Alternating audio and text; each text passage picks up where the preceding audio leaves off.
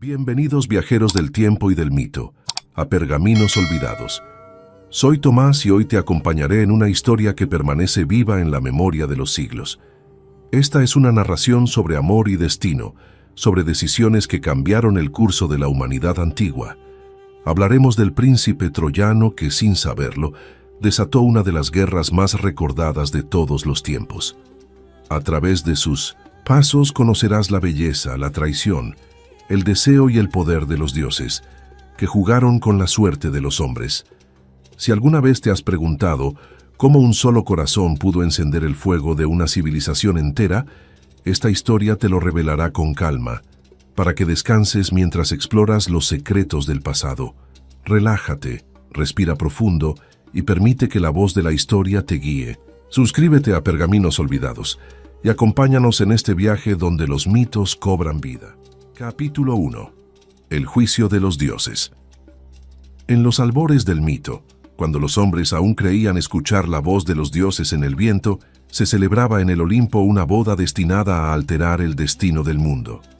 Peleo, un héroe mortal, desposaba a Tetis, la Nereida de belleza inmortal. Todos los dioses fueron invitados al festín celestial, todos menos una: Eris, la diosa de la discordia. Herida, en su orgullo, apareció sin ser llamada y arrojó sobre la mesa un fruto dorado con una inscripción que brillaba con arrogancia divina: para la más bella. Aquel simple gesto sembró una semilla de rivalidad que ningún poder podría contener. Afrodita, diosa del amor; Hera, reina de los dioses; y Atenea, diosa de la sabiduría, se miraron con fuego en los ojos.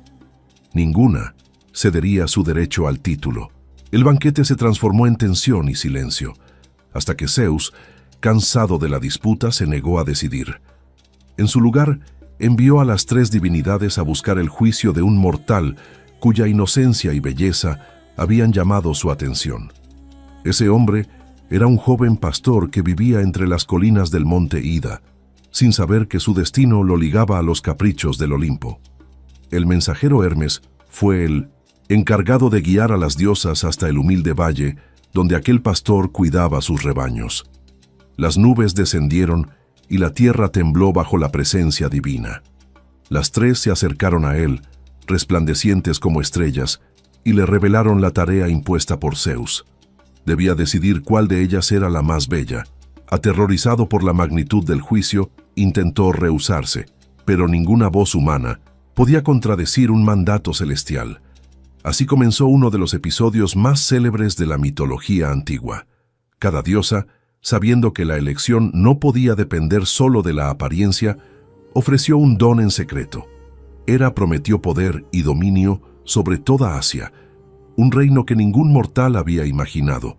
Atenea le ofreció sabiduría, gloria en la guerra y fama eterna entre los hombres.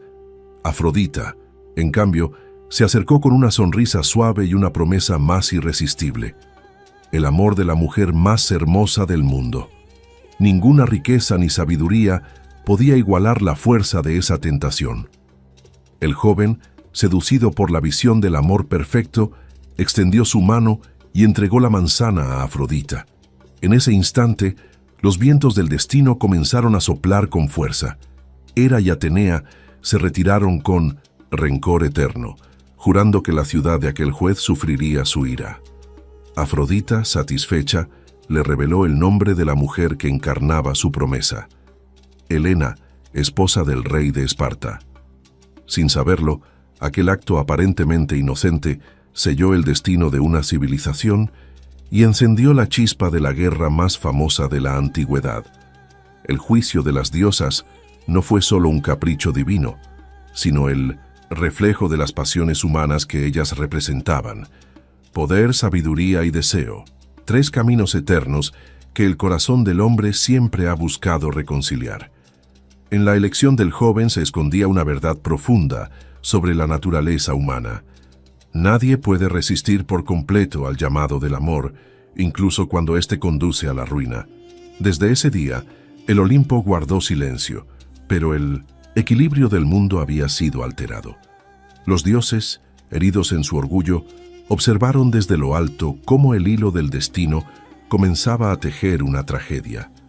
En Troya, aún nadie sospechaba que el futuro de su esplendor dependía de aquel pastor que pastoreaba cabras entre las montañas.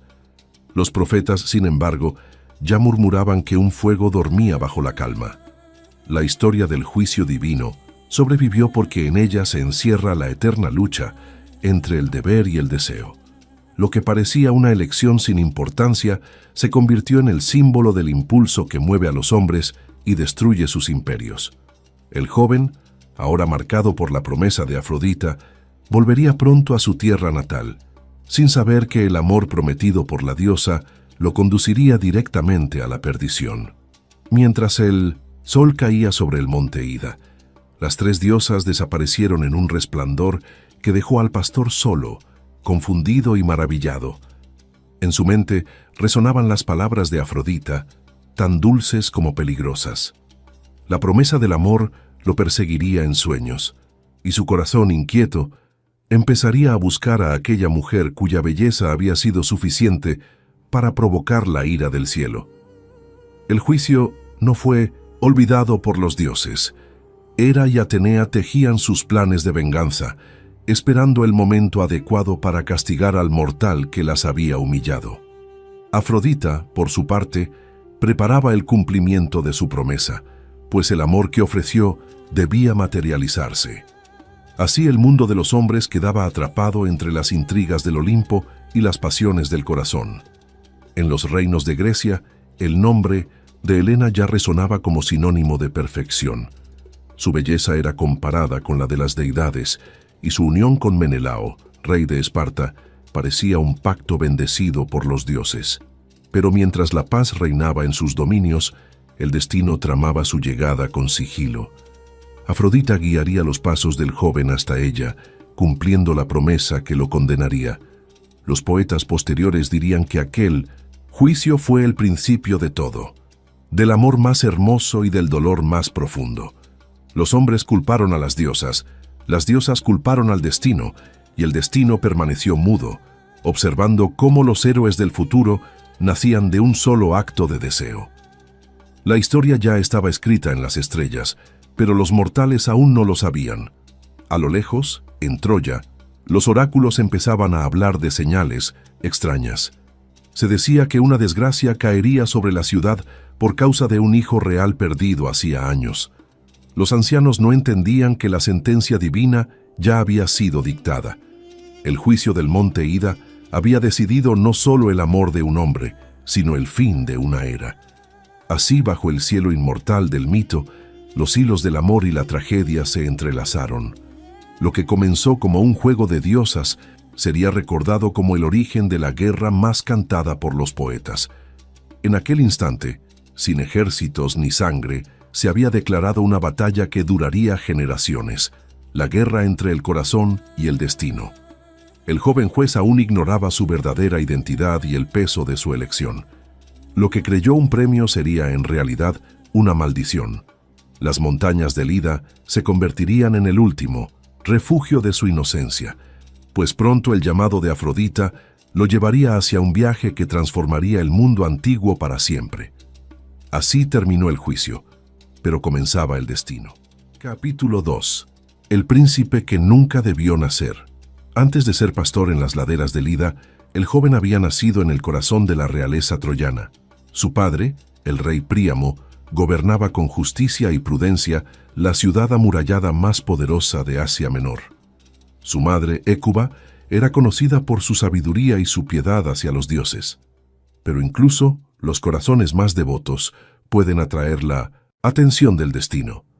Una noche, cuando el niño aún no había llegado al mundo, Hécuba soñó que de su vientre salía una antorcha ardiente que incendiaba toda Troya.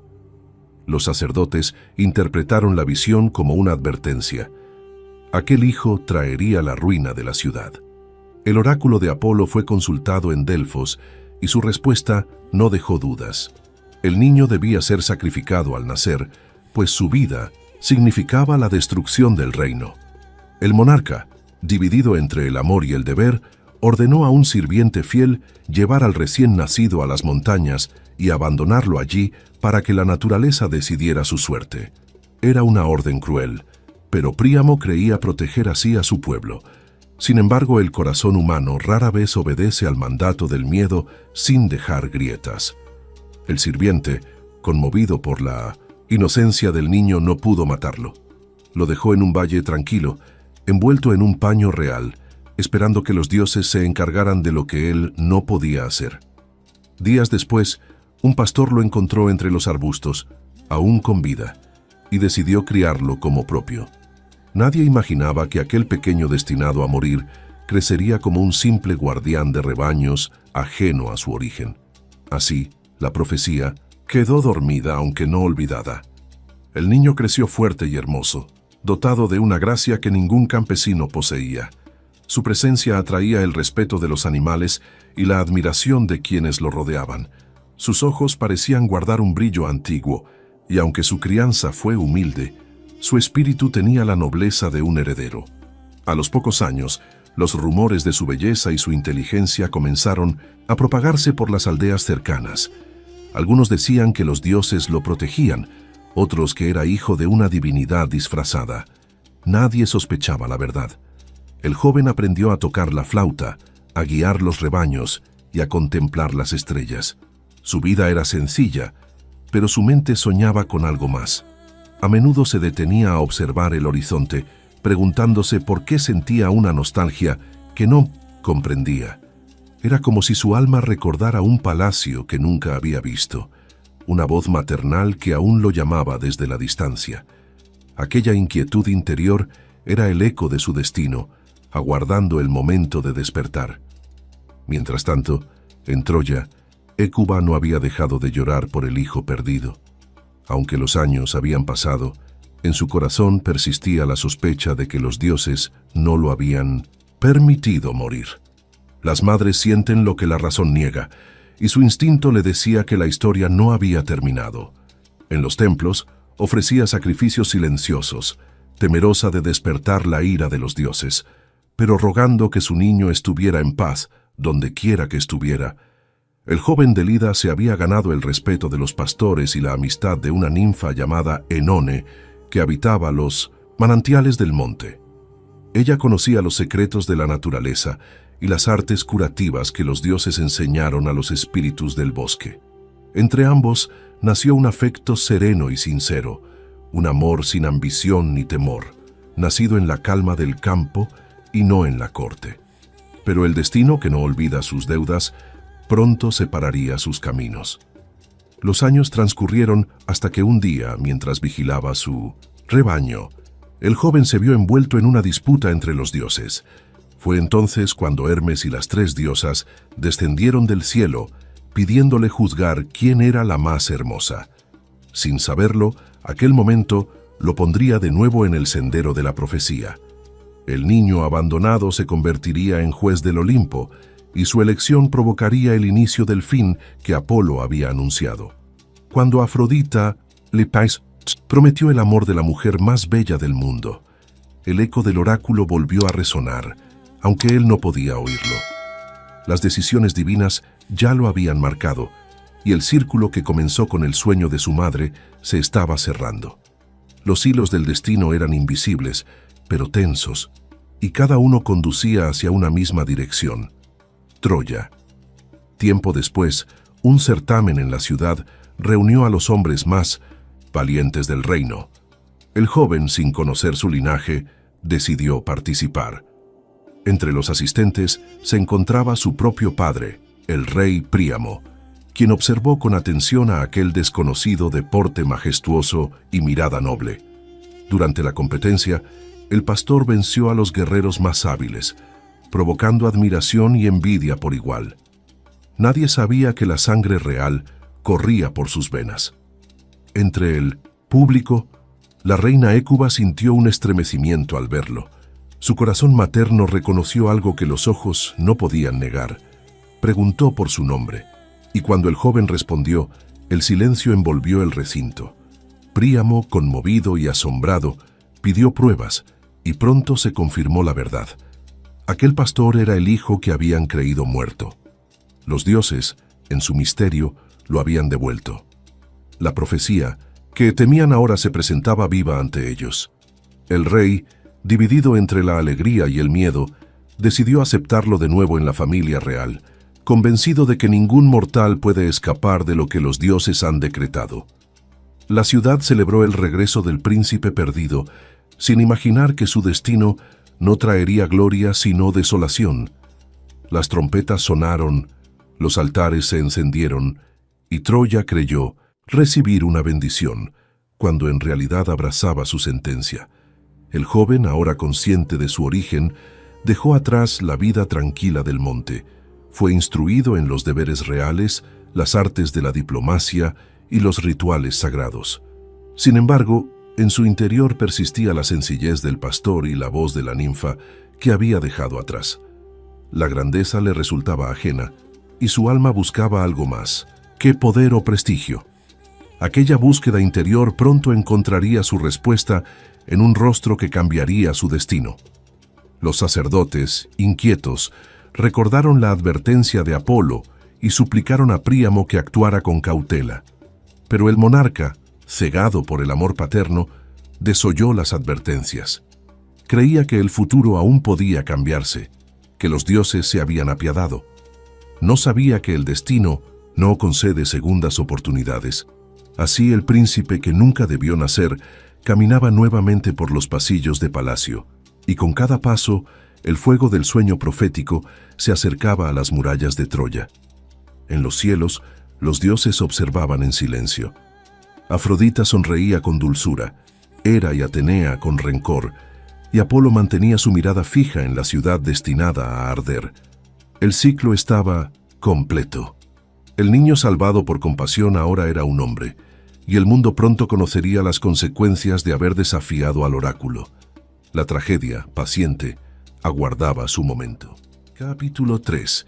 El encuentro con Helena. Con el paso de los años, el joven príncipe fue ganando un papel más activo en los asuntos diplomáticos del reino. Su carisma y elegancia lo hacían destacar entre los nobles, y su forma de hablar, siempre serena y persuasiva, le abría puertas donde otros solo encontraban muros. Fue durante una de esas misiones cuando el destino, paciente y calculador, decidió unir dos caminos que cambiarían la historia de la humanidad. Troya envió una delegación a Esparta, y él, deseoso de conocer el mundo más allá del mar Egeo, pidió acompañarla. No sabía que ese viaje sería el punto sin retorno de su existencia. Al llegar a Esparta, el príncipe fue recibido con hospitalidad por el rey Menelao, quien no sospechaba que estaba abriendo las puertas de su palacio al hombre que pondría fin a su reinado. Los banquetes, las conversaciones diplomáticas y las ceremonias transcurrían en armonía hasta que apareció Helena. Su belleza era más que humana, una mezcla de gracia y misterio que parecía emanar luz propia. Cada palabra suya era música, cada gesto una promesa velada. El príncipe la observó por primera vez y en su pecho sintió el peso de la profecía de Afrodita transformarse en fuego. Helena, hija de Zeus y Leda, había sido deseada por reyes y héroes, pero su destino había sido sellado junto a Menelao por el pacto entre los caudillos griegos. Era símbolo de unión, de equilibrio entre las casas poderosas de Grecia. Sin embargo, bajo esa máscara de serenidad se escondía un alma inquieta, cansada de un matrimonio sin amor y de una vida confinada al deber. Cuando sus ojos se cruzaron con los del visitante troyano, el tiempo pareció detenerse. No fue un encuentro casual, sino la materialización del deseo prometido por la diosa del amor. Durante los días siguientes, ambos compartieron conversaciones llenas de sutilezas, metáforas y silencios cargados de significado. No hubo confesiones precipitadas ni gestos imprudentes, solo una corriente, invisible, que los unía más allá de la razón. Helena se sentía viva por primera vez en mucho tiempo. Aquella pasión silenciosa era tan peligrosa como irresistible. Afrodita, fiel a su promesa, envolvía sus corazones en una red que ni la voluntad más fuerte podría romper. La reina comenzó a buscar la compañía del extranjero con excusas inocentes. Paseos por los jardines, ofrendas a los dioses, banquetes al atardecer. Menelao, confiado y ajeno al peligro, veía con agrado la amistad que nacía entre ambos. Pero los sirvientes empezaron a murmurar y los rumores llegaron a los oídos del palacio entero.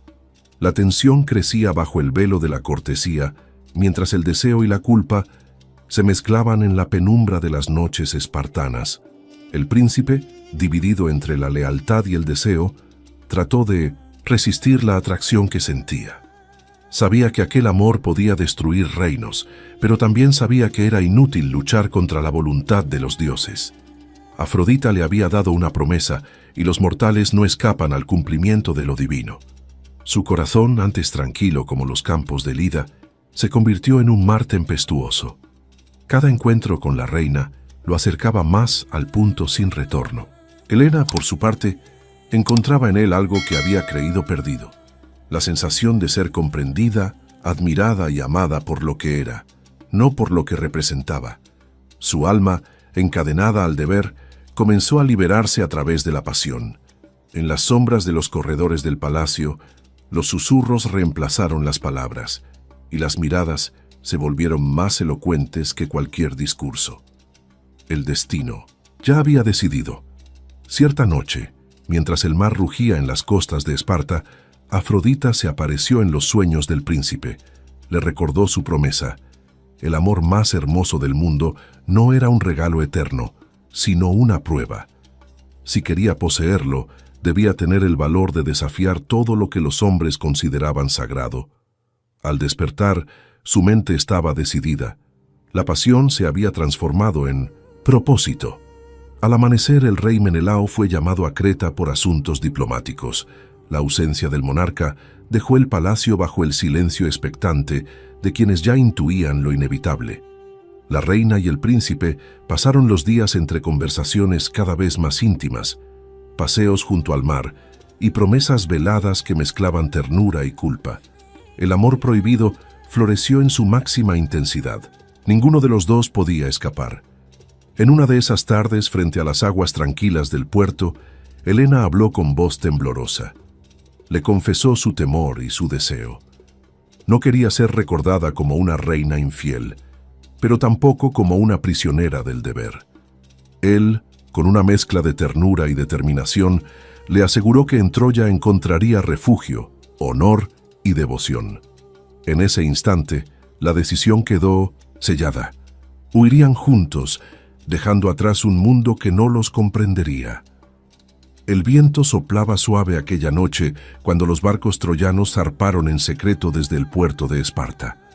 Los dioses observaban en silencio. Afrodita sonreía con dulzura, mientras Hera y Atenea encendían su rencor. La pasión se había consumado, y con ella el principio de una tragedia que ningún héroe podría detener. Mientras la nave se alejaba de la costa, Helena contempló el horizonte con una mezcla de esperanza y remordimiento. Sabía que su nombre quedaría marcado para siempre en las canciones de los poetas, pero en ese momento no le importaba. Buscaba libertad, y en el extranjero veía la promesa de una nueva vida. El príncipe, junto a ella, sentía que había alcanzado la plenitud del amor prometido por los dioses. Ninguno de los dos percibía el eco del desastre que se cernía sobre ellos. Los marineros remaban bajo la luna, conscientes del peso de su misión. Nadie se atrevía a hablar. Sabían que estaban desafiando no solo a un rey, sino al orden del mundo.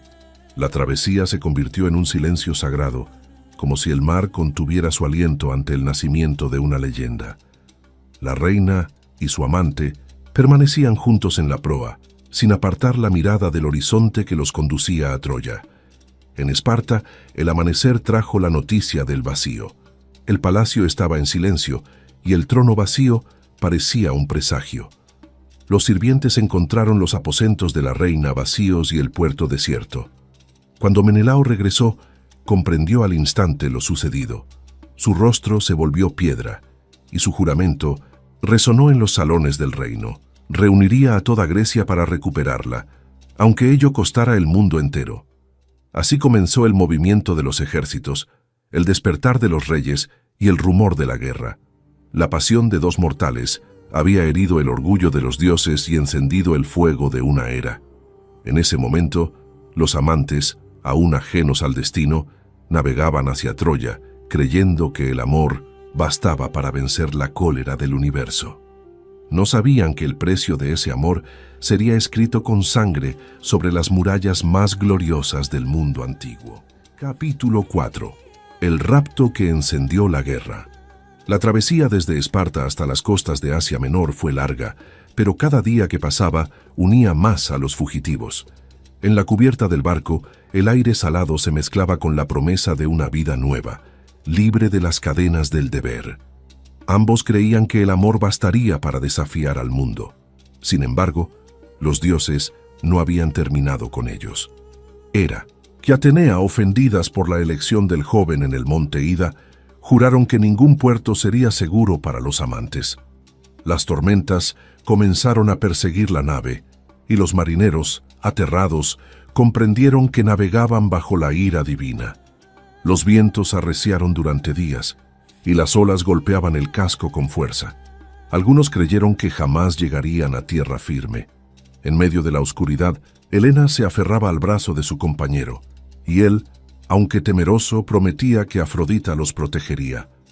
Finalmente, las tempestades cesaron, y una calma luminosa cubrió el horizonte. Las costas de Troya se alzaron ante ellos, majestuosas y doradas bajo el sol. Era como si el destino los hubiera conducido exactamente al lugar donde todo debía comenzar. Al llegar, fueron recibidos con asombro. La noticia de su regreso, acompañado de una reina extranjera, se extendió con rapidez por los pasillos del palacio. Hécuba observó a la mujer con una mezcla de curiosidad y presagio, mientras Príamo, deseoso de complacer a su hijo, la acogió como huésped de honor. Los sacerdotes, en cambio, murmuraban que el aire estaba cargado de señales funestas. Algunos recordaban la profecía antigua. El hijo que destruiría Troya ya había regresado, y traía consigo el fuego que consumiría la ciudad. El pueblo troyano, fascinado por la belleza de Helena, la comparaba con las diosas. Las mujeres imitaban su manera de vestir, y los poetas cantaban su llegada como un signo de prosperidad. Pero no todos compartían ese entusiasmo. Héctor, el primogénito de Príamo y defensor de la ciudad, comprendió que el acto de su hermano no era un simple romance, sino una ofensa grave contra los reyes de Grecia. Le advirtió que ningún reino soportaría tal afrenta sin exigir venganza. Sus palabras, llenas de sabiduría, fueron ignoradas. En Esparta, Menelao regresó de Creta para hallar su hogar vacío. Los sirvientes temblaban al confesar lo sucedido. La reina había partido con el huésped troyano. La furia lo consumió, pero su dolor fue aún mayor que su ira. Enviando mensajeros a su hermano Agamenón, rey de Micenas, juró que nada apaciguaría su deshonra, sino el fuego de la guerra. Así comenzó la unión de los príncipes griegos bajo una misma causa: recuperar a la mujer raptada y castigar a quienes la habían acogido.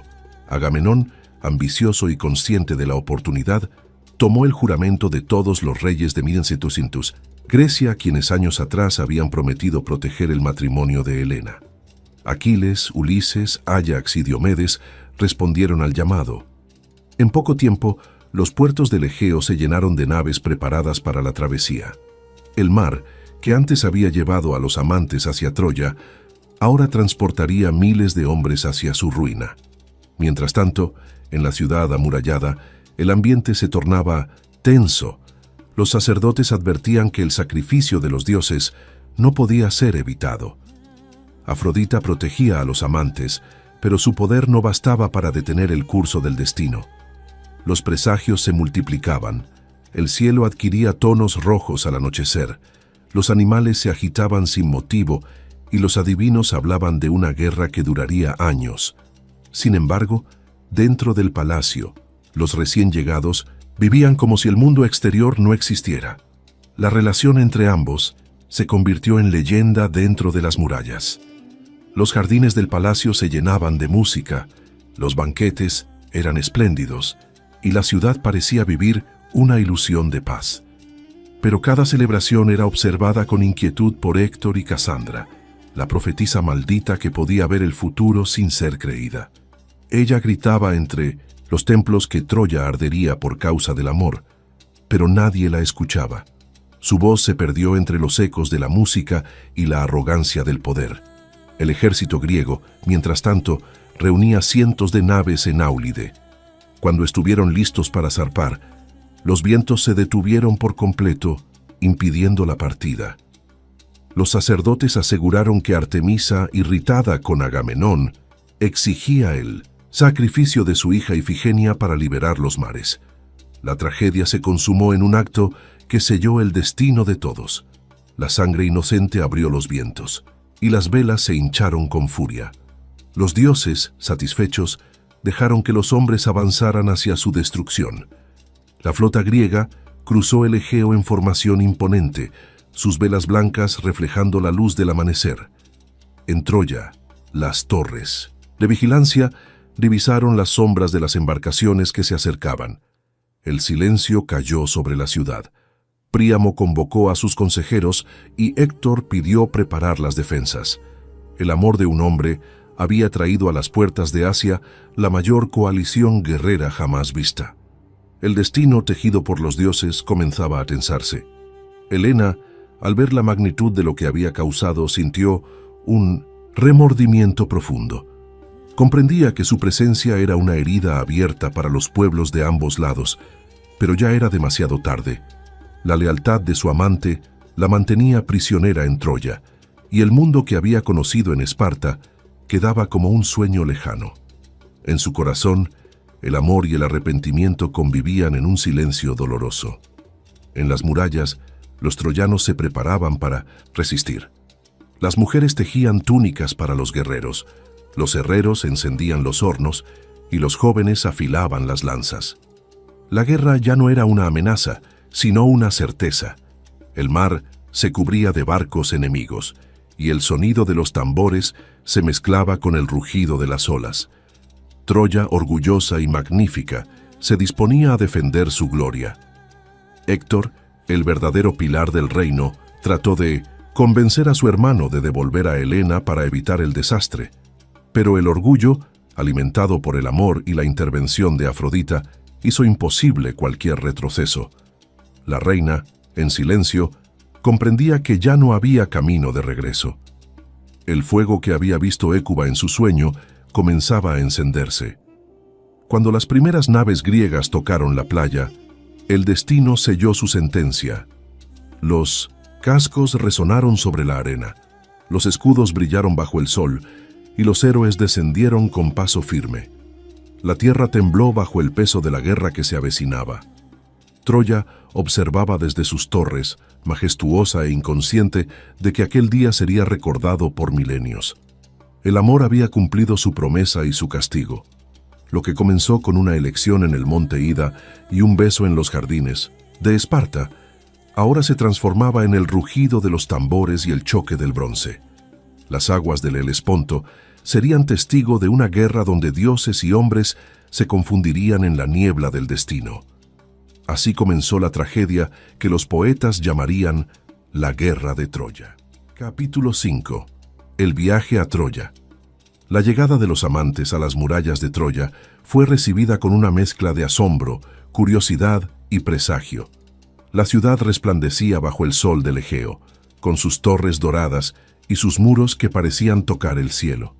En el puerto, los sacerdotes ofrecieron sacrificios a Poseidón para agradecer el regreso del príncipe perdido, sin saber que aquel barco traía en su interior el origen de una catástrofe. Los cánticos resonaban entre los templos, y el pueblo, ignorante del peligro, celebraba con júbilo el retorno del hijo del rey. Helena descendió de la nave envuelta en velos blancos, su belleza eclipsando incluso la luz del mediodía. Nadie en la ciudad había visto una mujer semejante. Su andar era sereno, casi sagrado, y su mirada despertaba tanto devoción como inquietud. Los rumores se propagaron con rapidez. Algunos creían que Afrodita misma había bajado del Olimpo, otros murmuraban que los dioses estaban jugando con los hombres. El ambiente, aunque festivo, tenía un trasfondo de tensión que los sabios del templo percibían con claridad. Príamo, conmovido por el regreso de su hijo, organizó un banquete en el gran palacio. Los músicos tocaron melodías de bienvenida, y los nobles troyanos alzaron copas en honor al príncipe y a su misteriosa compañera. Hécuba, sin embargo, permanecía en silencio. Su corazón, marcado por la profecía del fuego, reconocía en aquella mujer un presagio oscuro. No dijo palabra, pero en su interior comprendió que el destino había regresado disfrazado de belleza. Mientras tanto, Héctor observaba con preocupación. Sabía que ningún rey griego toleraría la afrenta sufrida por Menelao y comprendía que Troya estaba ahora en el centro de un conflicto inevitable. Intentó advertir a su hermano, pero éste, cegado por el amor y por la protección de Afrodita, desoyó toda razón. En su mente el amor justificaba cualquier riesgo. Los dioses invisibles contemplaban el desarrollo de los acontecimientos con una mezcla de burla y compasión. El pueblo troyano, ajeno a los oráculos, veía en la nueva pareja un símbolo de prosperidad. Se organizaron festivales, ofrendas y desfiles en su honor. Las mujeres imitaban el peinado de la reina extranjera, y los artistas comenzaron a tallar su rostro en mármol. La ciudad parecía florecer, pero bajo esa apariencia de esplendor se escondía una tormenta. Las noches se volvían más pesadas, los sueños más inquietos, y en los templos las llamas de los sacrificios ardían con un brillo anómalo. Helena, aunque trataba de adaptarse a su nueva vida, sentía el peso del remordimiento. El lujo y el afecto no lograban silenciar la voz de su conciencia. Recordaba el rostro de su hija, la mirada de su esposo, los templos de Esparta. Pero cada vez que su corazón flaqueaba, el amor de su compañero la envolvía en una calma engañosa.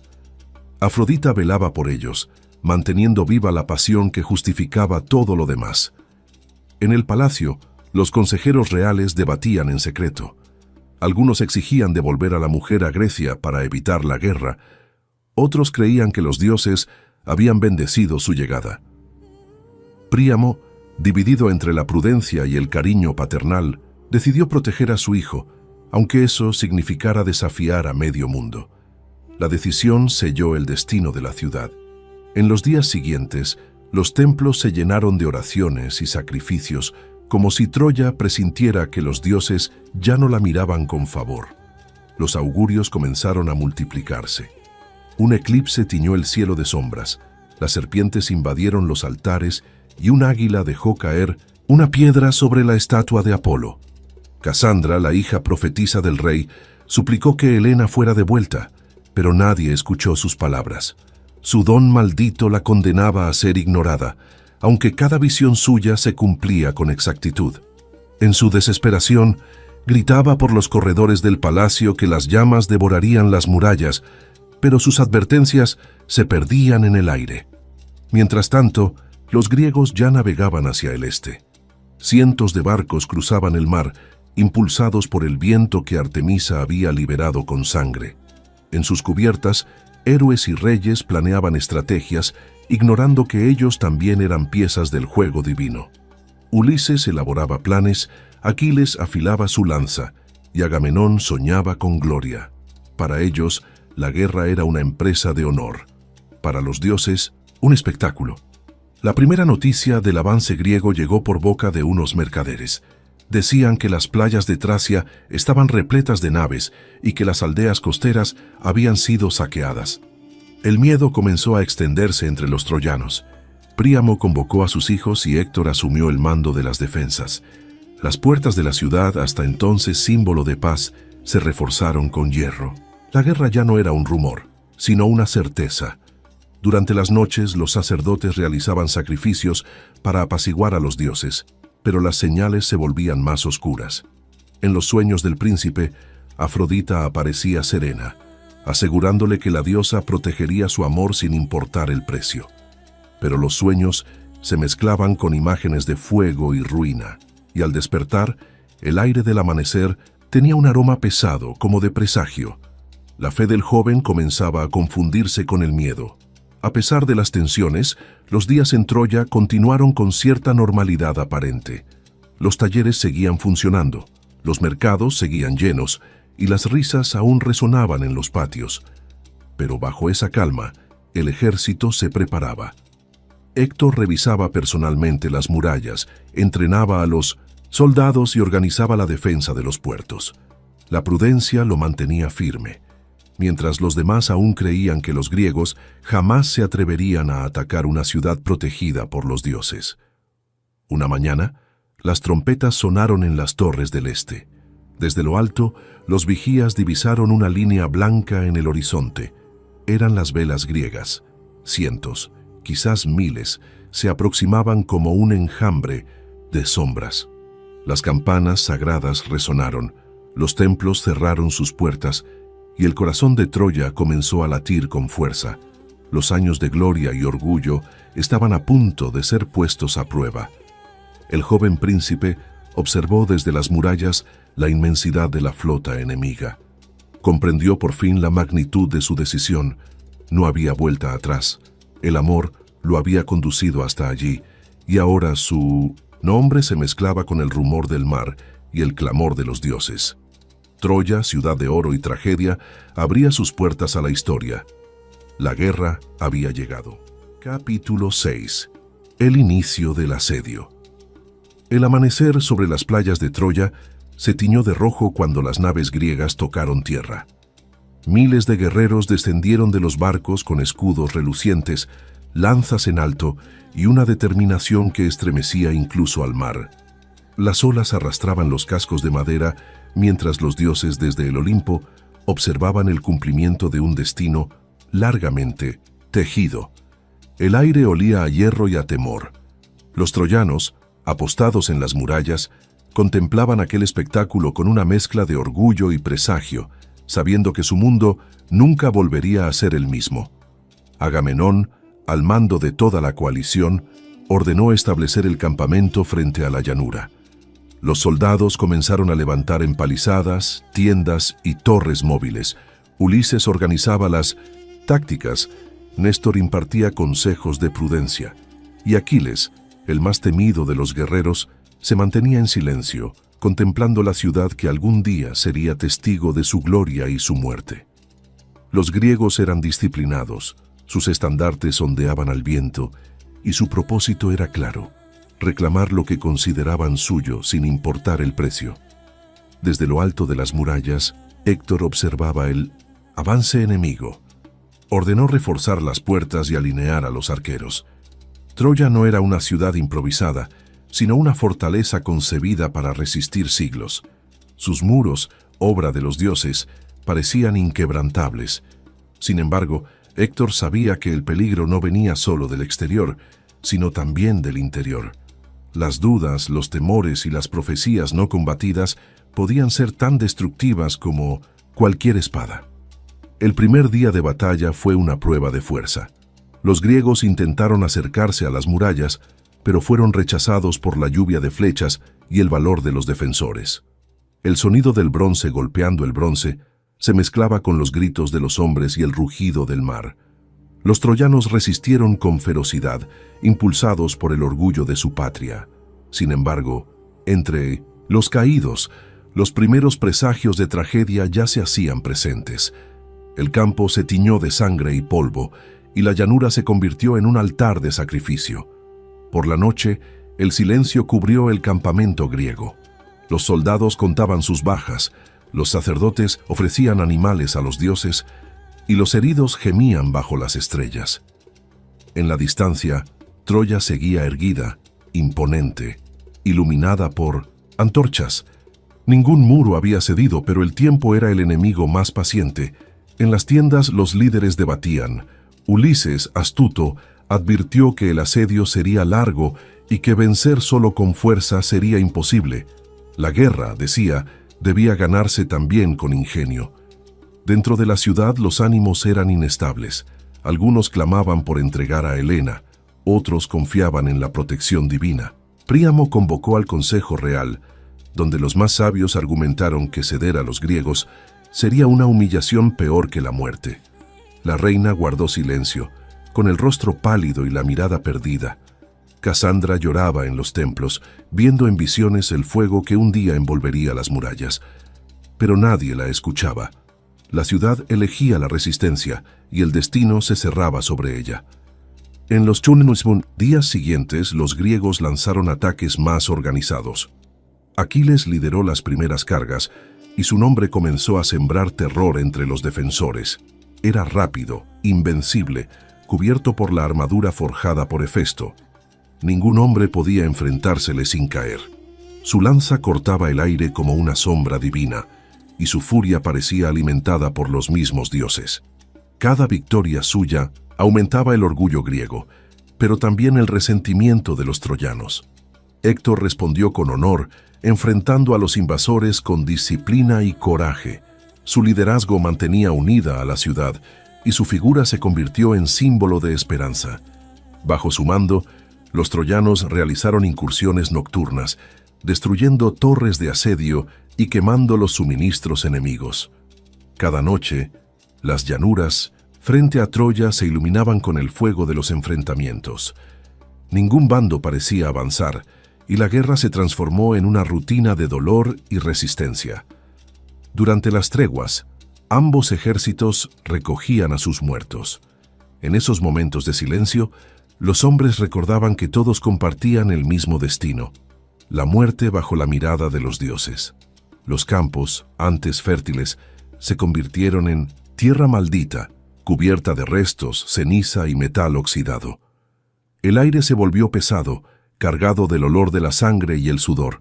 El asedio no solo consumía a los guerreros, sino también la esencia misma de la vida. Pasaron los meses, y el conflicto se prolongó más allá de lo que cualquier hombre hubiera imaginado. Los griegos construyeron un muro para proteger su campamento, mientras los troyanos reforzaban las murallas exteriores. En el mar, los barcos permanecían como testigos inmóviles de la desesperanza humana. Afrodita seguía protegiendo a su favorito, pero ni siquiera su amor podía detener la crueldad del tiempo. El amor que había encendido la guerra comenzaba a desvanecerse entre la rutina de la sangre y la pérdida. Helena, confinada en el palacio, se convirtió en una sombra de sí misma. La culpa la atormentaba día y noche. Veía desde las torres el humo del campo de batalla y comprendía que cada vida perdida era consecuencia de su huida. Aunque su compañero intentaba consolarla, la distancia emocional entre ambos crecía. El amor que había nacido del deseo ahora pesaba como una carga. En sus plegarias, pedía a los dioses que pusieran fin a su sufrimiento, aun si eso significaba el final de todo. En el campamento griego, la frustración se extendía. Las bajas aumentaban y los años pasaban sin que la victoria se acercara. Ulises ideaba planes, Menelao exigía venganza inmediata, y Agamenón temía perder la autoridad sobre los reyes aliados. Solo Aquiles mantenía su orgullo intacto, convencido de que la gloria aún lo esperaba.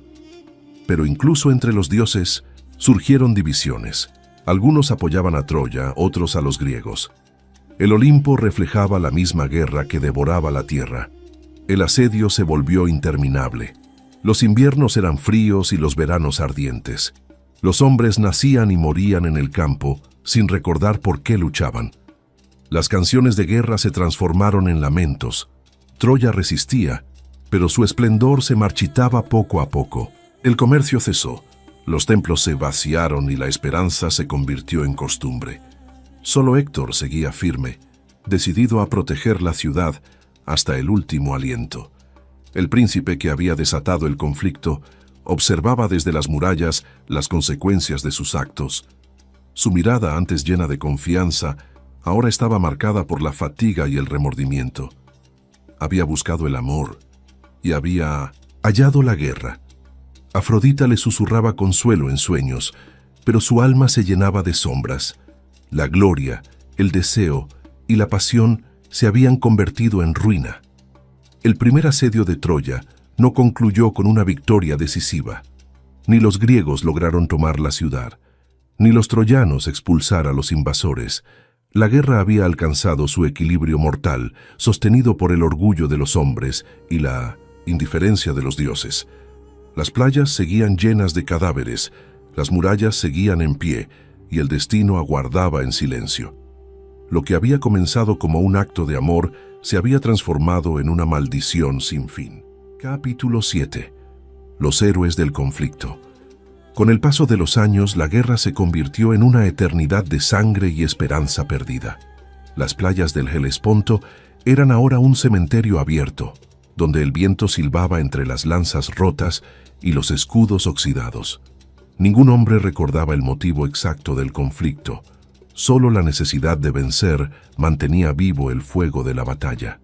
Entre ambos bandos surgieron figuras que trascendieron la carne y se transformaron en leyendas. Los héroes, guiados por la gloria y el deber, se convirtieron en los verdaderos protagonistas del destino. Héctor era la columna de Troya.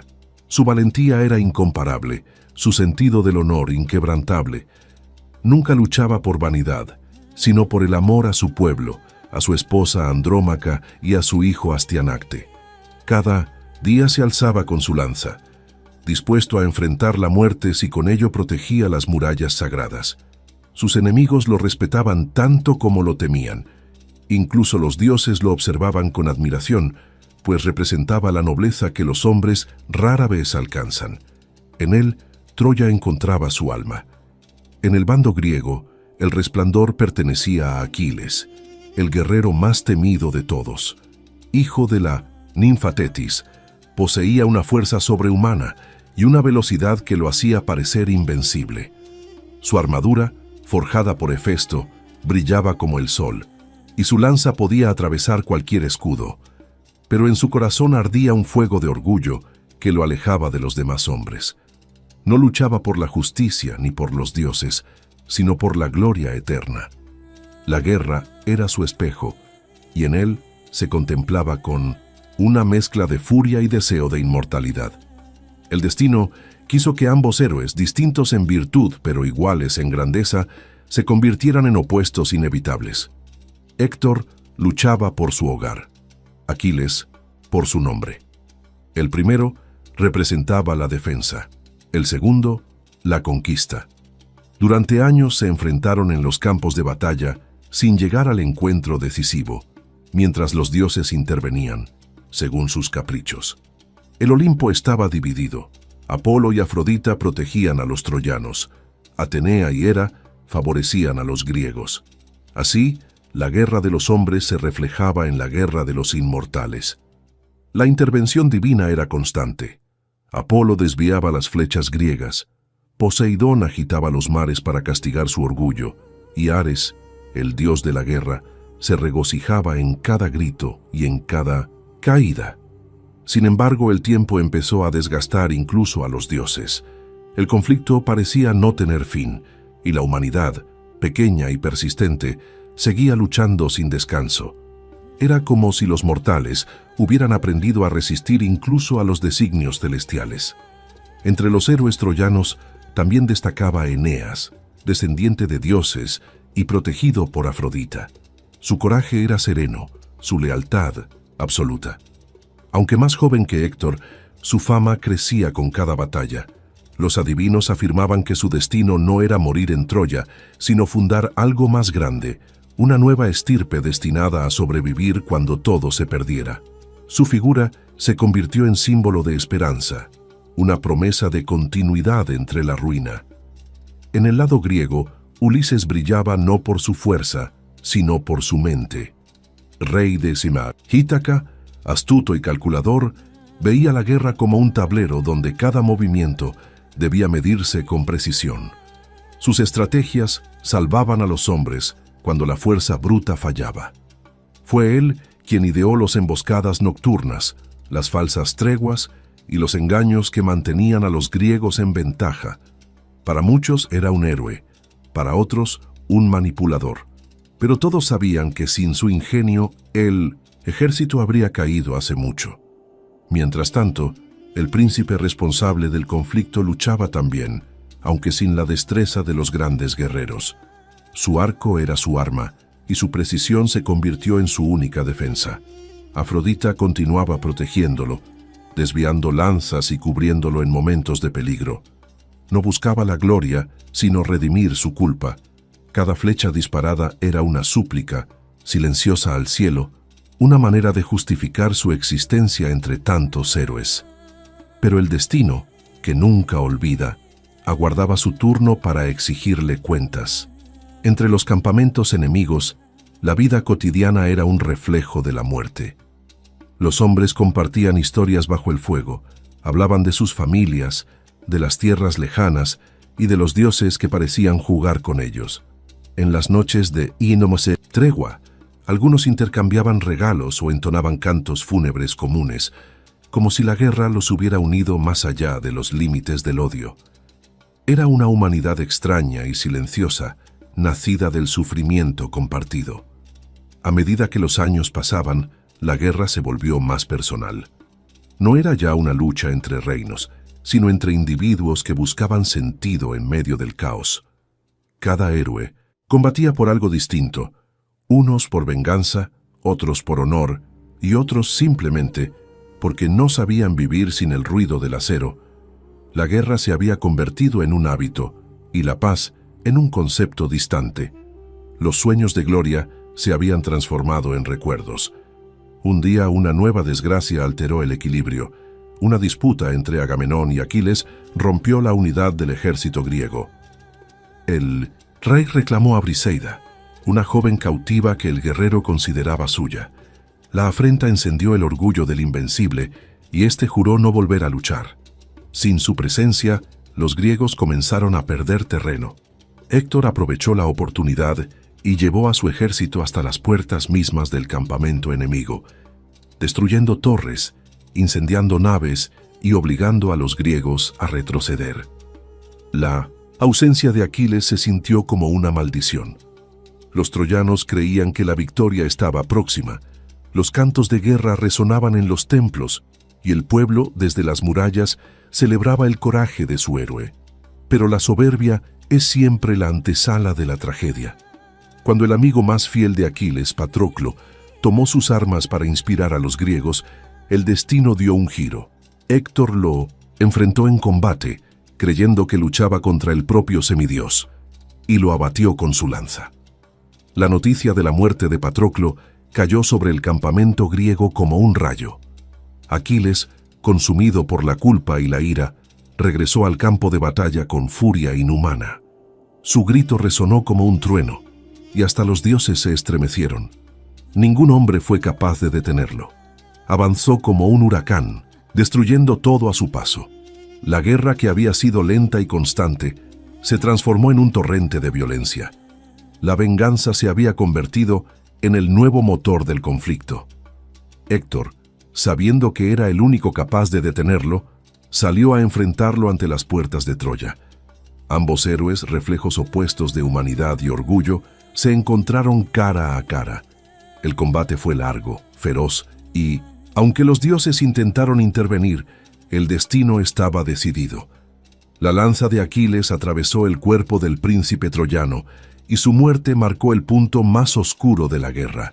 La ciudad entera lloró y los griegos celebraron, sin saber que con aquel acto habían sellado también su propia condena. El cuerpo de Héctor fue arrastrado alrededor de las murallas, una humillación que los dioses no perdonaron. Sin embargo, la nobleza de Príamo, que se arrodilló ante su enemigo para suplicar la devolución del cadáver, conmovió incluso al corazón endurecido del vencedor. Aquiles devolvió el cuerpo, y durante unos días la guerra se detuvo. El silencio que siguió fue más elocuente que 1000 batallas. En ese instante, el mundo comprendió que los héroes, por grandes que sean, no pueden vencer al destino. Capítulo 8. El destino de los amantes. La muerte de Héctor cambió para siempre el equilibrio de la guerra. Troya perdió no solo a su defensor más valiente, sino también el corazón que la mantenía en pie. El luto se extendió por cada rincón de la ciudad, y el sonido de los lamentos llenó los templos. Las mujeres cubrieron sus cabezas con ceniza, los ancianos rasgaron sus vestiduras, y los sacerdotes apagaron los altares. Las murallas, antes símbolo de orgullo, parecían ahora más frías y silenciosas. Dentro del palacio, la atmósfera era de desesperanza. Afrodita seguía protegiendo a su favorito, pero incluso el amor más poderoso comenzaba a marchitarse ante la sombra de la tragedia. Helena se sumió en una profunda tristeza. Su mirada, antes brillante, se había vuelto distante. Sentía sobre sí el peso insoportable de todas las vidas perdidas. Cada amanecer traía nuevas noticias de muertes y derrotas, y en cada una de ellas encontraba un reflejo de su culpa. Los troyanos la toleraban, pero las miradas cargadas de resentimiento se multiplicaban. Ya no era la reina admirada por su belleza, sino el recordatorio viviente del origen de su desdicha. En la soledad de sus habitaciones rezaba por la paz, aunque sabía que ningún dios escuchaba. El príncipe, por su parte, vivía dividido entre el amor y la vergüenza. Su conciencia lo atormentaba. Sabía que la elección que había hecho años atrás, en aquel juicio entre las diosas, había puesto en marcha la cadena de acontecimientos que ahora consumía su patria. Afrodita lo había colmado de favores, pero cada bendición traía un nuevo castigo. Las noches se le volvían interminables y sus sueños estaban poblados por visiones de fuego, ruinas y lamentos. La guerra, que alguna vez creyó lejana, se había convertido en su prisión. Las fuerzas troyanas, debilitadas, resistían con un heroísmo desesperado. Eneas asumió parte del liderazgo tras la muerte de Héctor, mientras el ejército griego redoblaba sus esfuerzos. Los días eran una sucesión de asaltos y defensas. Cada victoria era efímera, cada tregua, una pausa en la agonía. Dentro de la ciudad, los templos estaban llenos de mujeres suplicando a los dioses, pero el cielo permanecía mudo. Era como si los inmortales se hubieran cansado de observar la locura de los hombres. En medio de ese ambiente, los amantes se fueron distanciando. El amor que antes desafiaba al mundo se transformó en un vínculo silencioso, sostenido más por la costumbre que por la pasión. Helena lo miraba con ternura y lástima, mientras él la observaba con melancolía. Ambos sabían que eran responsables de un destino que ya no podían revertir. Afrodita seguía cuidándolos, pero incluso la diosa del amor parecía menos radiante. Su creación más bella se estaba marchitando bajo el peso del tiempo y la culpa. La llegada de nuevas armas al campo griego incrementó la desesperación. Catapultas, torres de asedio y máquinas de fuego comenzaron a destruir los muros exteriores. Las defensas de Troya, aunque magníficas, empezaban a ceder. Los mensajeros traían cada vez más noticias de bajas, y las reservas de alimentos disminuían. El hambre se instaló entre los pobres, y las enfermedades se propagaron. El esplendor de la ciudad dorada se desmoronaba piedra a piedra. Una tarde, un proyectil griego alcanzó una de las torres del palacio. El estruendo fue ensordecedor. Helena corrió hacia el balcón y vio el humo elevarse hacia el cielo. Comprendió que la destrucción era inevitable. En ese instante sintió una profunda revelación. Su amor no era una maldición, sino el reflejo de la fragilidad humana. Amaban porque sabían que el tiempo era breve, porque el deseo de eternidad los había hecho desafiar a los dioses. Esa comprensión la llenó de tristeza y compasión, no solo por sí misma, sino por todos los que habían caído por su causa. El príncipe intentó consolarla, pero sus palabras sonaban vacías. La desesperación lo había consumido. A pesar de los ruegos de su madre y de los consejos de los sacerdotes, se negaba a abandonar la ciudad. Decía que su lugar estaba junto a Helena, sin importar el destino. Había dejado de ser el joven audaz que desafiaba al mundo. Ahora era un hombre cansado, atrapado en el resultado de sus propias decisiones. El amor que antes lo había elevado, ahora lo mantenía encadenado. En el campamento enemigo, los griegos también comenzaban a sentir el peso de los años. Muchos héroes habían caído y las heridas de la guerra se multiplicaban. La gloria prometida se había convertido en rutina y el oro de Troya parecía un sueño lejano.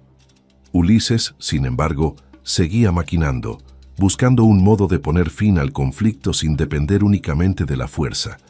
Su ingenio pronto encontraría el camino que los dioses habían reservado para cerrar aquel capítulo de la historia humana. Dentro de la ciudad, las profecías volvían a resonar.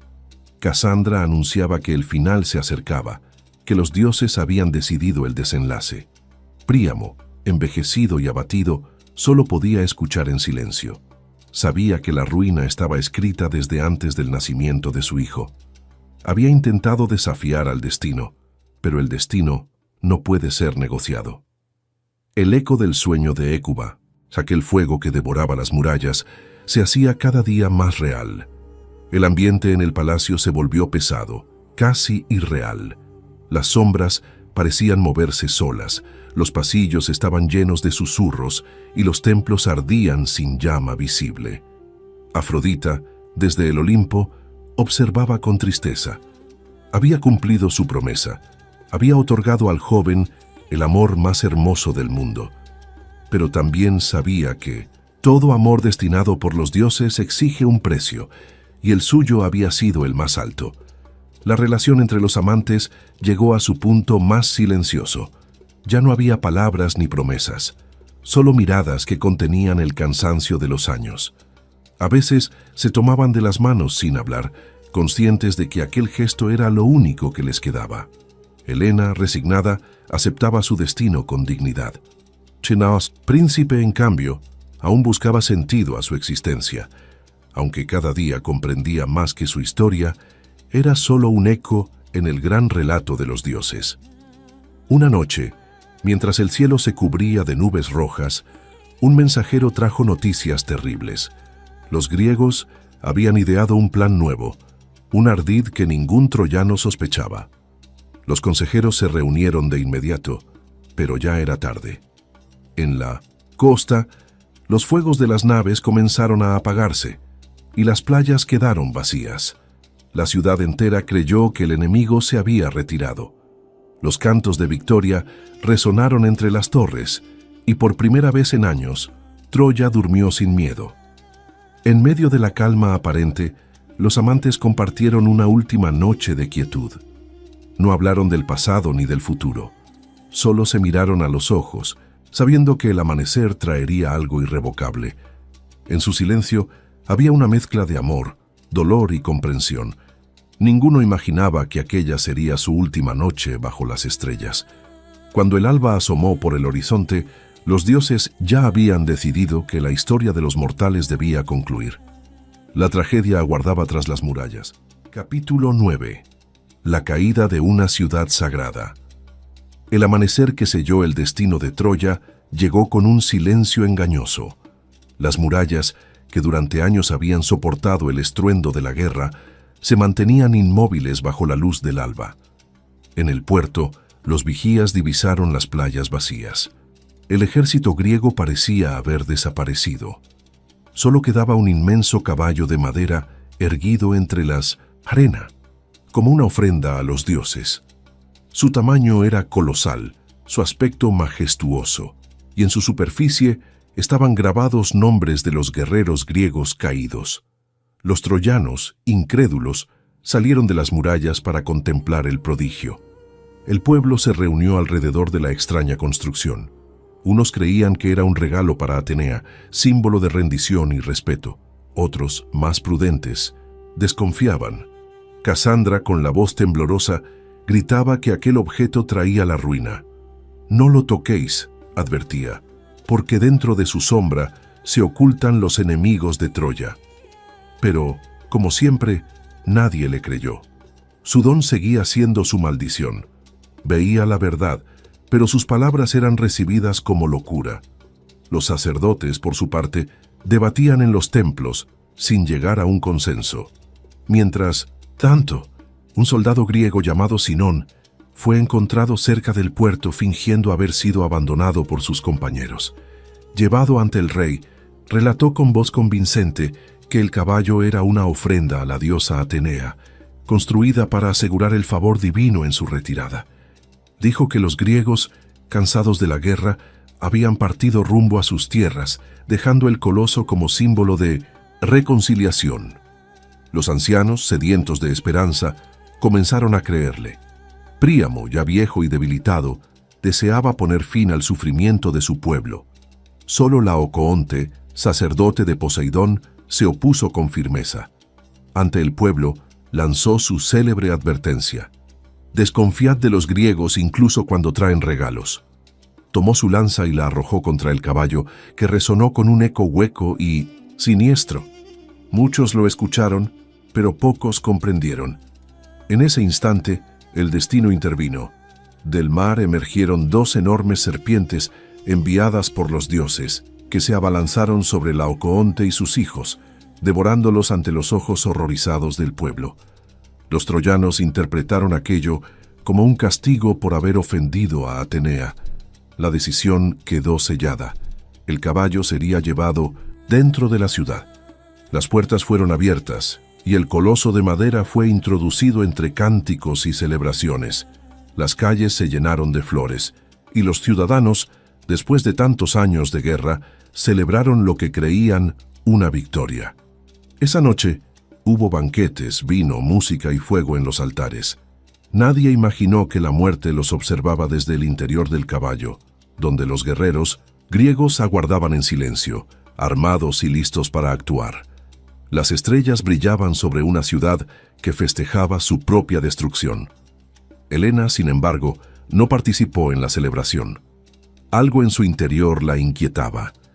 Desde el balcón de sus aposentos, contemplaba el enorme artefacto, sintiendo que una sombra antigua se cernía sobre ellos. En su corazón, la voz de Casandra resonaba como un eco distante. Intentó advertir a su compañero, pero éste la tranquilizó con dulzura, asegurándole que los dioses, al fin, habían perdonado su unión. Ella guardó silencio, aunque en sus ojos se reflejaba el miedo de quien presiente lo inevitable. Cuando la ciudad cayó en el sueño del exceso, los griegos actuaron. En la profundidad de la noche, el caballo se abrió desde dentro, y de su vientre emergieron los guerreros. Ulises, Menelao, Diomedes y los más valientes descendieron sigilosamente, seguidos por decenas de hombres. Encendieron antorchas, dieron la señal al resto de la flota, que había permanecido oculta tras una isla cercana, y abrieron las puertas de la ciudad. Los barcos regresaron a la orilla en silencio, y miles de soldados entraron como un río de sombras. El rugido del acero rompió la noche. Las calles se llenaron de gritos y fuego.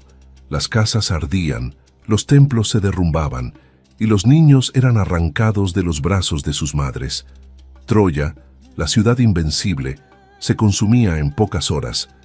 Príamo fue asesinado junto al altar de Zeus, donde buscó refugio inútilmente. Hécuba vio morir a sus hijos y comprendió, con amarga lucidez, que su sueño profético se había cumplido. Todo lo que amaba ardía ante sus ojos. Helena fue encontrada por Menelao entre las ruinas del palacio. Él levantó la espada con intención de matarla, pero al mirarla, su furia se desvaneció. La belleza que había provocado la guerra seguía intacta, y el rey, atrapado entre el amor y el rencor, decidió perdonarla. Nadie sabe si fue debilidad o destino, pero su vida fue salvada. Así, la mujer más deseada del mundo regresó a Esparta, mientras la ciudad que había sido su prisión se convertía en cenizas. El príncipe troyano, por su parte, luchó con desesperación. Desde las torres hasta los templos, se abrió paso entre el caos intentando defender lo que quedaba. Su arco lanzó flechas sin descanso, y en su último enfrentamiento alcanzó a Aquiles con un disparo certero en el talón, su único punto vulnerable. Fue un golpe de justicia poética, el fin del héroe que había devastado su tierra. Sin embargo, poco después, una flecha dirigida por el mismo Apolo cayó sobre el joven, hiriéndolo de muerte. Su cuerpo fue llevado al palacio, donde expiró en los brazos de la mujer que lo había amado y condenado. Helena lloró en silencio sobre su pecho. No había palabras que pudieran contener el dolor. Sabía que al morir él, moría también el último vestigio de su amor. Las llamas se reflejaban en su rostro mientras los templos colapsaban. En el aire flotaba el olor de la tragedia y el hierro. Afrodita descendió una vez más para recoger el alma del hijo que tanto había protegido. Lo envolvió en una luz dorada y lo condujo hacia la eternidad, donde no existen ni culpa ni guerra. Eneas logró escapar entre los escombros, guiando a un grupo de sobrevivientes. Llevaba sobre los hombros a su anciano padre, Anquises, y de la mano a su hijo, Ascanio. Detrás de ellos, un pequeño grupo de troyanos seguía sus pasos. El fuego iluminaba su huida, mientras el viento traía los lamentos de los que quedaban atrás. A través de ese éxodo nacería una nueva historia, destinada a fundar una civilización futura, Roma. Así, de la ruina de Troya surgiría otro imperio. El amanecer siguiente reveló una ciudad irreconocible. Donde antes había templos, ahora había montones de ceniza. Las murallas, ennegrecidas, se erguían como esqueletos de piedra. El mar estaba cubierto de restos, y los dioses silenciosos observaban su obra concluida. Troya, la joya del Asia Menor, había desaparecido para siempre, dejando tras de sí solo leyenda y advertencia. Las generaciones futuras recordarían su caída no solo como el final de una guerra, sino como el testimonio de las pasiones humanas: el amor, el orgullo, la venganza y la ambición. Ninguna espada ni muralla puede resistir cuando los dioses deciden intervenir en los asuntos de los hombres. Troya cayó no por debilidad, sino por el peso de su propio destino. Su historia se convirtió en un espejo eterno donde toda civilización contempla su fragilidad. Y así, entre humo, silencio y memoria, los ecos de aquella ciudad sagrada siguieron resonando a través de los siglos. Los poetas la cantaron, los filósofos la estudiaron y los viajeros buscaron sus ruinas como quien busca comprender el alma humana. Troya ya no existía, pero su espíritu permanecía recordando a todos que incluso los amores más intensos pueden desatar las guerras más terribles. Su caída fue el final de una era y el nacimiento de la historia. Capítulo 10. Curiosidades y legado de París. La historia del príncipe troyano trascendió el tiempo y las fronteras. Su nombre quedó grabado no solo en la memoria de los hombres, sino también en la conciencia simbólica de la humanidad. Durante siglos, poetas, filósofos y artistas reflexionaron sobre el significado de sus decisiones. Fue el hombre que, sin buscarlo, unió el amor y la destrucción, la pasión y el destino. Su figura encarnó la fragilidad del ser humano frente a los designios divinos y la eterna tensión entre el corazón y la razón. Ningún otro personaje del ciclo troyano representa con tanta claridad la paradoja del deseo y la pérdida. En los poemas homéricos se le describe como hermoso y refinado, pero también como el más vulnerable de los hijos de Príamo. No era un guerrero, movido por la gloria, sino por el sentimiento. Su valor radicaba en la capacidad de amar con pureza, aunque ese amor lo condenara. En las antiguas escuelas griegas, su historia era utilizada para enseñar la prudencia. Un solo acto impulsivo puede alterar el equilibrio del mundo. En cambio, los filósofos helenísticos lo consideraban símbolo de libertad, pues se atrevió a seguir su propio deseo, incluso desafiando a los dioses. En Troya, su recuerdo sobrevivió entre los supervivientes. Los descendientes de Eneas conservaron su memoria como parte de su linaje. Según las tradiciones romanas, el espíritu del príncipe habría acompañado a su primo durante la huida, guiándolo hacia las tierras donde se fundaría una nueva civilización. Así, el fuego que destruyó Troya se transformó en la llama que encendió Roma. La tragedia de su vida, por tanto, no fue solo un final, sino el inicio de una herencia que se extendió por siglos. Las antiguas leyendas orientales también conservaron su nombre, aunque transformado por el tiempo. En algunas versiones, se le presenta como un héroe trágico redimido por el sacrificio, mientras que en otras, como un símbolo del amor que desafía la muerte. Los manuscritos bizantinos del siglo IX incluso relatan que su alma habría sido elevada por Afrodita al paraíso, donde viviría eternamente junto a Helena, libre de la culpa y del dolor. Este mito, aunque posterior, revela la necesidad humana de imaginar un cierre misericordioso para los amores imposibles. El arte antiguo lo representó con frecuencia junto a la manzana de oro, el símbolo que desencadenó todo. En los frescos pompeyanos aparece como un joven de mirada serena, ajeno al peso del futuro. En esculturas helenísticas, Su figura se muestra pensativa, sosteniendo el fruto que divide a las diosas. Los artistas del Renacimiento retomaron esa imagen, fascinados por la idea del hombre atrapado entre el deseo y la responsabilidad. Su historia se convirtió en metáfora universal del poder de una elección. En la Edad Media, los trovadores reinterpretaron su historia en clave romántica. Para ellos, no era un culpable, sino un amante puro que obedecía a los dictados del corazón. En las cortes europeas se recitaban poemas donde Helena era una figura celestial y él, un peregrino del amor. Esta visión dulcificada contrastaba con la de los moralistas cristianos, que veían en él un ejemplo de cómo el deseo puede desviar al alma del camino divino. Su mito, como el amor mismo, nunca dejó de dividir opiniones. En los estudios modernos, los arqueólogos y filólogos lo consideran un personaje probablemente inspirado en figuras reales de la Anatolia micénica. Las ruinas halladas en Izarlik, identificadas con la antigua Troya, confirman la existencia de una ciudad poderosa destruida alrededor del siglo XIII a.C., lo que da verosimilitud al trasfondo histórico de su historia. Sin embargo, más allá de la realidad arqueológica, el mito sigue siendo una alegoría sobre las fuerzas que rigen el destino humano. Algunos historiadores destacan su papel en la transformación de la mitología griega. Antes de él, las narraciones heroicas exaltaban la fuerza y el honor. Después, los relatos comenzaron a explorar la dimensión emocional del héroe, la duda, el amor, el remordimiento. El príncipe troyano fue el primero en mostrar que la debilidad también podía tener grandeza.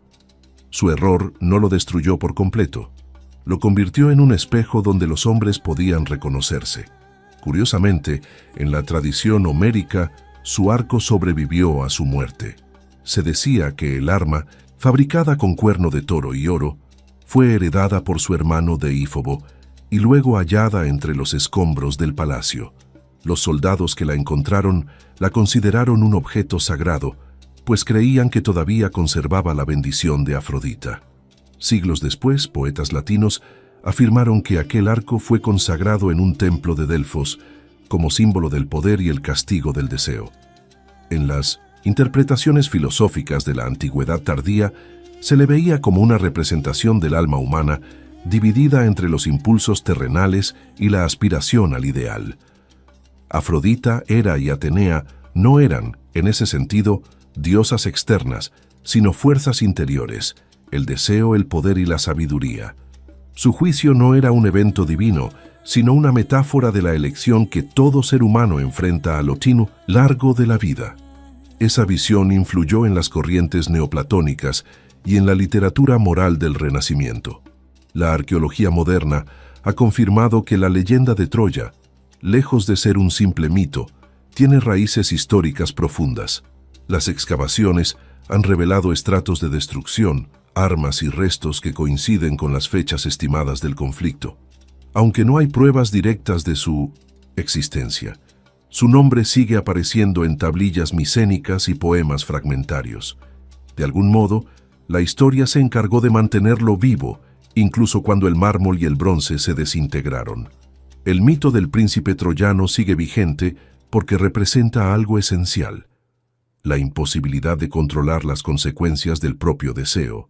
Su historia recuerda que el amor, cuando se enfrenta al orden del mundo, puede transformar civilizaciones, pero también destruirlas. Ningún poder humano o divino logra escapar del peso de las decisiones. Cada elección, como aquella manzana dorada, encierra un precio que debe pagarse con el tiempo. En la literatura posterior, su figura inspiró obras teatrales, óperas y novelas. Desde Eurípides hasta Goethe, su destino fue reinterpretado bajo distintos prismas. A veces aparece como víctima, otras como seductor, pero siempre como símbolo de aquello que está más allá de la voluntad humana. En el arte contemporáneo, sigue siendo un recordatorio de la dualidad entre la pasión y la tragedia, entre la belleza y la destrucción. La ciudad que lo vio nacer y morir desapareció, pero su nombre nunca lo hizo. Troya fue reconstruida en la memoria del mundo, y con ella, La historia del hombre que cambió su destino por un beso. Los viajeros que visitan las ruinas todavía sienten una extraña energía en el aire, como si los ecos de su historia siguieran resonando bajo las piedras. Allí, donde el mar toca la tierra, el mito sigue respirando. Y así, más de 3 milenios después, su legado continúa vivo. En cada poema, en cada pintura, en cada reflexión sobre el amor y la fatalidad, resuena su sombra. Fue un hombre, un amante, un símbolo. Su nombre se convirtió en advertencia y en leyenda, en espejo y en llama. El tiempo destruyó su ciudad, pero no su historia, porque mientras existan corazones dispuestos a elegir el amor, habrá siempre un eco de Troya, y con él la memoria eterna del príncipe que desafió a los dioses, desafió a los dioses, desafió a los dioses, desafió a los dioses, desafió a los dioses, desafió a los dioses, desafió